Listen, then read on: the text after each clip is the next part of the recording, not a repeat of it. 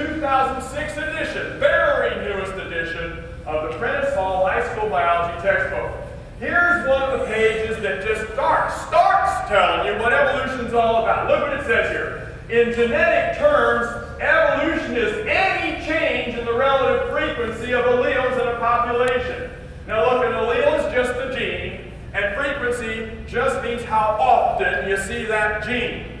For instance, I see a few red-headed people in the audience, and red-headed gene comes around every once in a while. Let's say in 100 years, there's 10 times more red-headed people in the world.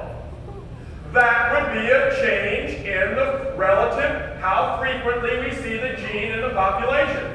There's their definition of evolution. Anytime the number of times a gene shows up is evolution. Example, if the relative frequency of the B allele, say for brown hair or red, in a mouse population changed over time to 30% instead of to 10%, then the population is evolving. Well, if that's evolution, I believe, if that's all it takes, is that in the next 3 generations we get 10 times more redheads, then if that's all evolution is, I believe. But no. You see, what they mean when they say the word evolution is that people used to be monkeys, and the monkeys used to be possums, and the possums used to be rats, and the rats were fish, and the fish were worms, the worms were bacteria, and those just came out of chemicals in the ocean. Chemicals, Kyle, just chemicals, okay? That they came, he's a chemistry major, came out of the chemicals in the ocean, and that came from the planetesimals coming together from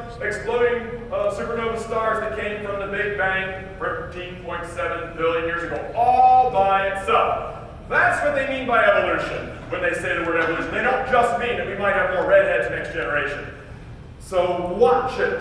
They're making a humongous leap, and this leap has no logic backing it, no science, no data, no nothing. Bad thinking, no science. Okay, well, here's something else in the textbook. This picture of the Sahelanthropus chadensis.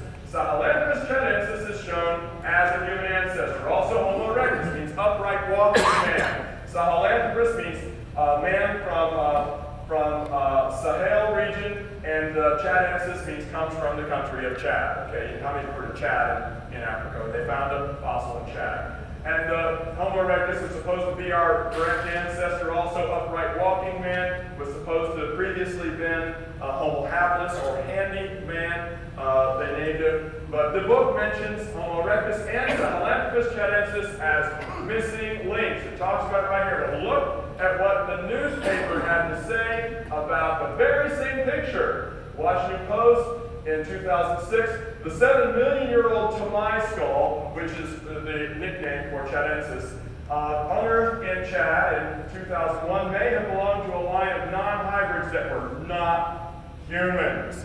Not humans. I'm going to show you another article from last year that says that chadensis was not a human. They rejected it. Look at what Dr. Milford Walpole again says, this time in 2006. We wanted to make absolutely sure that we were accurate, but Sahelanthropus chadensis is not a hominid at all. That means it's not even in the human family at all.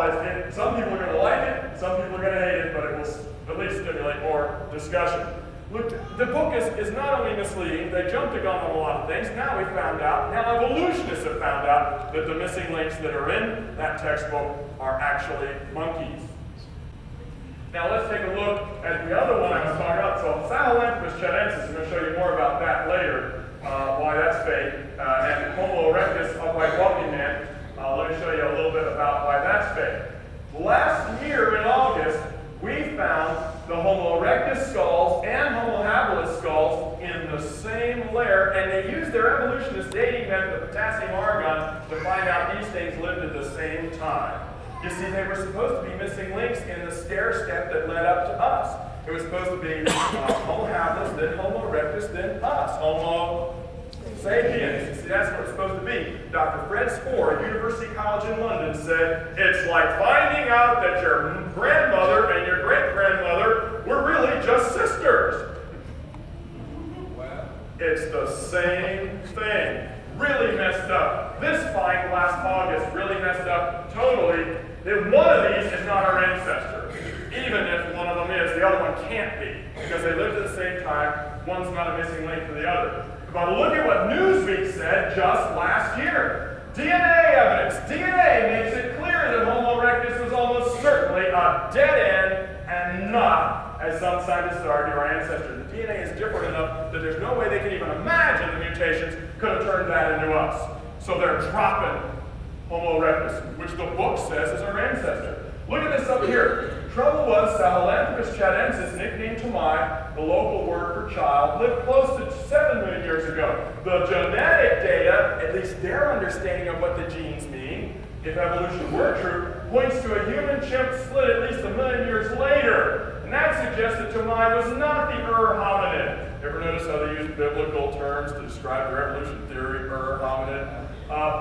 In other words, the first creature that was the ancestor only to humans and not to chimps, after all. Look what it says up here. Tomai is not our ancestor. Chadensis is not our ancestor. Homo erectus is not our ancestor. That textbook says both of them are our ancestors. Look at the textbook at the end of chapter 12. It shows this little thing on critical thinking. You pick which evolution model might be true.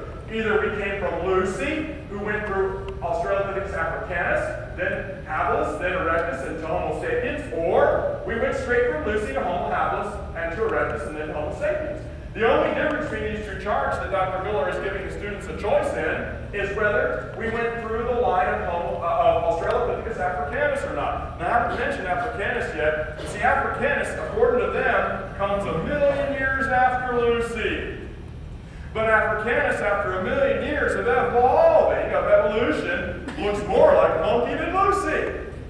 And less like us. Longer arms, shorter legs, that's a chimp, okay? Well, what did National Geographic say about that in 1997? Well, it's very clear that africanus just underwent an evolutionary reversal for 1 million years. Look, when the fossils actually show the exact opposite of what their theory says should be happening, they don't have a problem with that. It's simple, you stupid creationists, you naive Bible believers, evolution just went backwards for 1 million years. If we said stuff like that,